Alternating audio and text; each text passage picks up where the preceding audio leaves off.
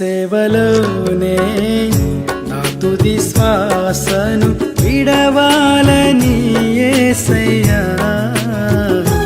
నీకై బ్రతకాలని ఆశయ్యా. నీ సేవలోనే నా తుది శ్వాసను విడవాలని యేసయ్యా, నీకై బ్రతకాలని ఆశయ్యా.